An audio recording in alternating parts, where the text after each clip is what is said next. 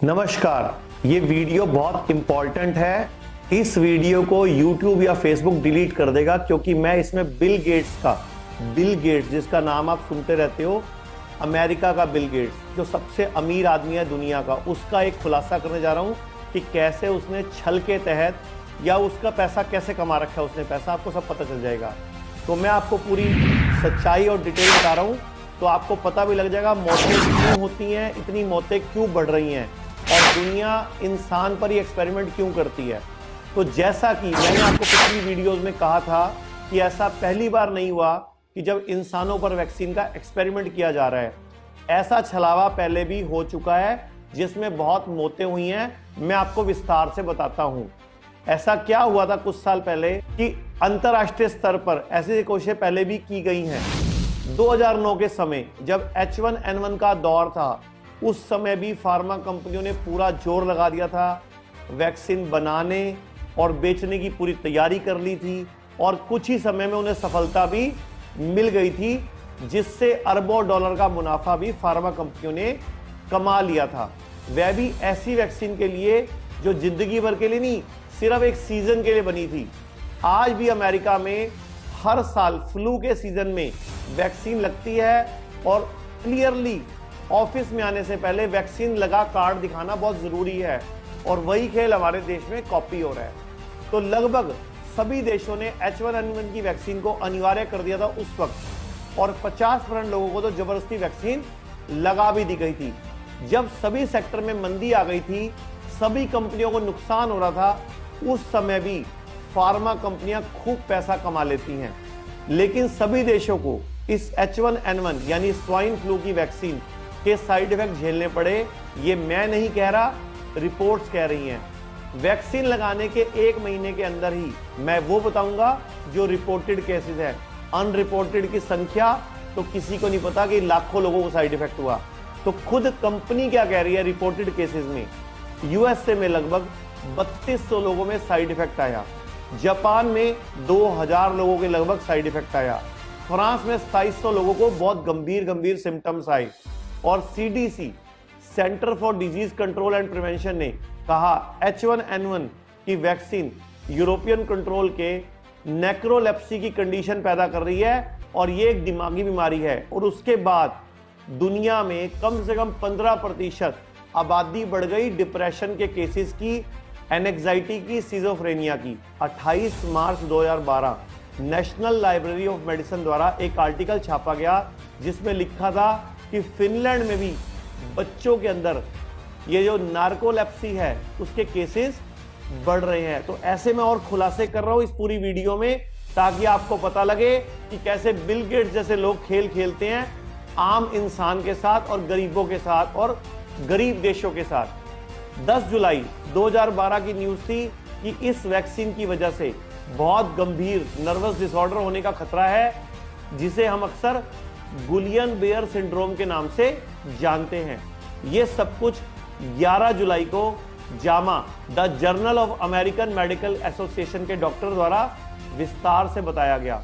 एक और एग्जांपल मैं 1955 का दूंगा, जो कि इंसिडेंट क्या था कि पोलियो वैक्सीन में गलती से एक जीवित वायरस दे दिया गया जिसने 40,000 बच्चों को संक्रमित किया और उनको पोलियो हो गया, और पक्षाघात के 55 मामले रिपोर्ट हुए और उसमें 5 मौतें भी हुई।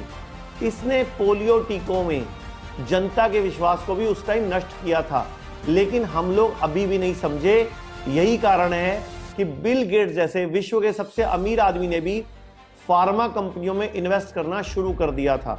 और ये एक ऐसा बाजार है, चाहे युद्ध हो चाहे महामारी का दौर, हमेशा ही फलता फूलता है और हमेशा ही पैसा कमाता है।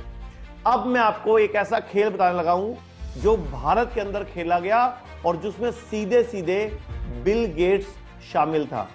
भारतीय इतने सीधे साधे हैं, कोई भी यहां खेल खेल के चला जाता है। ऐसा ये खेल भारत में खेला गया जिसमें बिल गेट्स शामिल था। मैं आपको बता ही रहा हूं, इसमें सारी फंडिंग भी बिल गेट्स ने की थी, क्योंकि एक्सपेरिमेंट के लिए भारत से अच्छा ऑप्शन तो कहीं मिलता ही नहीं। इसीलिए सन 2009 में HPV वैक्सीन जो सर्वाइकल कैंसर के लिए बनाई जा रही थी और इसकी मैन्युफैक्चरिंग ग्लैक्सोस्मिथ और मर्क द्वारा की जा रही थी, क्लिनिकल ट्रायल के लिए भारत के आंध्र प्रदेश की कुछ आदिवासी इलाकों की करीब 16,000 लड़कियां जो कि 9 से 15 साल की थी, उन्हें चुना गया। और वहीं गुजरात में 14,000 बच्चों पर भी इसका एक्सपेरिमेंट किया गया। जो समिति है उसने पूरी डिटेल क्या दी कि 9543 फॉर्म्स में आंध्र प्रदेश की सिर्फ 1948 कंसेंट फॉर्म में अंगूठे के निशान थे, और जबकि 2763 कंसेंट फॉर्म पर छात्रावास की वार्डन के साइन थे। और वहीं गुजरात में 6217 फॉर्म्स में भी 3944 में अंगूठे के निशान थे, और 5454 फॉर्म्स पर या तो हस्ताक्षर किए गए थे या पेरेंट्स के अंगूठे के निशान लिए गए थे। तो ये पूरा का पूरा खेल यही पता लगता है कि उन लोगों को पता ही नहीं था। और सर्वे के डाटा से पता चला कि बहुत बड़ी संख्या में माता पिता और अभिभावक अनपढ़ थे और अपनी स्थानीय भाषाओं तेलुगु और गुजराती में भी नहीं लिख सकते थे। और इस बात का खुलासा तब हुआ जब लगभग 10 लड़कियों की मौत उस टाइम हुई और लगभग 150 लड़कियों को मिर्गी के दौरे, डायरिया और पेट संबंधी बीमारियां होने लगी। जब यह मुद्दा सुप्रीम कोर्ट में पहुंचा, जिसमें ICMR और DCGI से पूछा गया कि आखिर इन्हें परमिशन किसने दी और कैसे मिली, उस टाइम सुप्रीम कोर्ट में ICMR जैसी संस्था ने भी कोई जवाब नहीं दिया।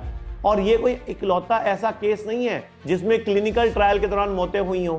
इसके बावजूद भविष्य में भी ऐसा ही चल रहा है और लाखों लोगों की जान सिर्फ दवाइयों और एक्सपेरिमेंट के कारण चली गई हैं।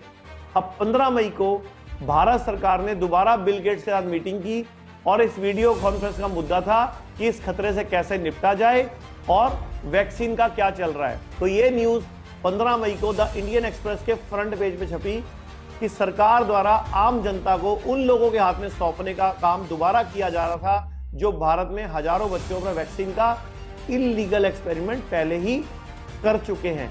अरे अभी भी संभल जाओ, ये बाहरी देश भारत को खोखला कर देंगे। कुछ लोग तो डर से सुसाइड कर चुके हैं, कुछ एक्सपेरिमेंट से मर रहे हैं। कोरोना से मरने वालों की संख्या तो अभी भी कम है। अभी तक WHO खुद कॉम्बिनेशन की दवाइयां देने की मंजूरी दे रहा था, लेकिन 3 जून को उनका कहना था कि कोरोना वायरस में एंटीबायोटिक का सेवन जानलेवा हो सकता है। देखिए आप, ये खेल तो अभी और चलेगा, अभी भी समय है अपनी पद्धति को अपनाने का, अपनी इम्यूनिटी यानी रोग प्रतिरोधक क्षमता को बढ़ाने का और बीमारियों को जड़ से ठीक करने का। लेकिन चॉइस आपकी है, आप ठीक होना चाहते हैं या नहीं।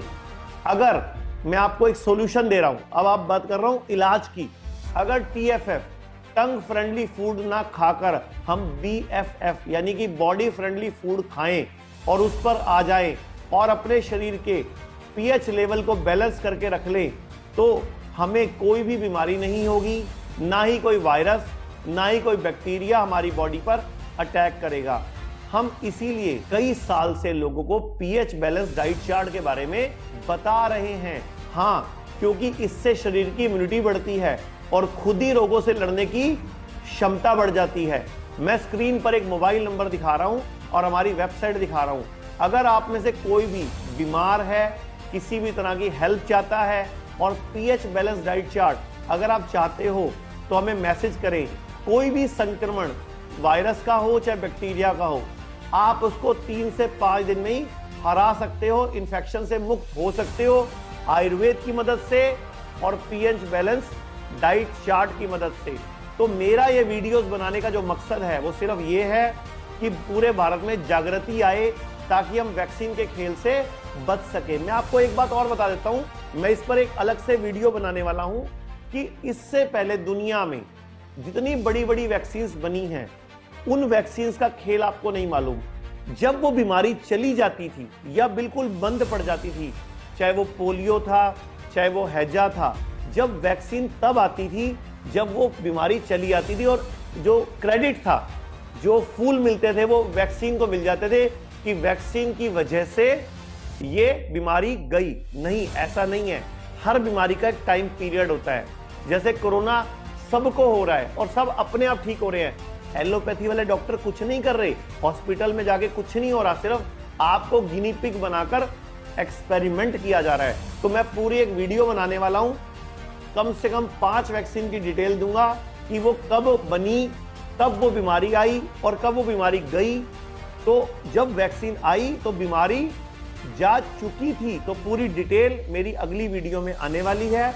मैं आप सबको और भाई राजीव दीक्षित के समर्थकों को और हर देशभक्त को एक थैंक यू बोलना चाहता हूं कि पिछले कुछ दिन में आप आयुर्वेद पे बनी वीडियो और कोरोना एक कॉन्स्पिरेसी है, षड्यंत्र है, उस पर बनी वीडियोस को पूरे भारत में फैला रहे हैं, जिससे आयुर्वेद का और इस देश का भला हो रहा है। तो आपको तहे दिल से धन्यवाद, हर देशभक्त को जो आयुर्वेद को बढ़ाने पर काम कर रहा है और अपने देश की पैथी को देश में लागू कराने पर काम कर रहा है। उसमें मुख्यतः बाबा रामदेव के समर्थक लोग भी हैं, भाई राजीव दीक्षित के समर्थक लोग भी हैं, कुछ पॉलिटिकल पार्टीज के लोग भी हैं, कुछ बीजेपी के वर्कर्स भी हैं, कुछ आम आदमी भी हैं, जो हमारी वीडियोस को 15-15 लाख लोगों तक, 30-30 लाख लोगों तक, 40-40 लाख लोगों तक, 1-1 करोड़ लोगों तक पहुंचा रहे हैं। तो मैं आप सबका तहे दिल से थैंक यू बोल रहा हूं कि आप हमें ऐसे ही सहयोग दीजिए।